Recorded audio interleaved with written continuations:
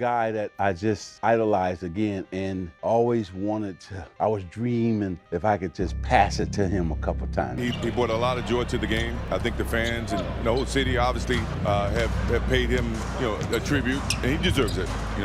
He's been a big part to the game. It means a lot. It's very humbling. It's an opportunity for my family to be proud, for my fans to be proud.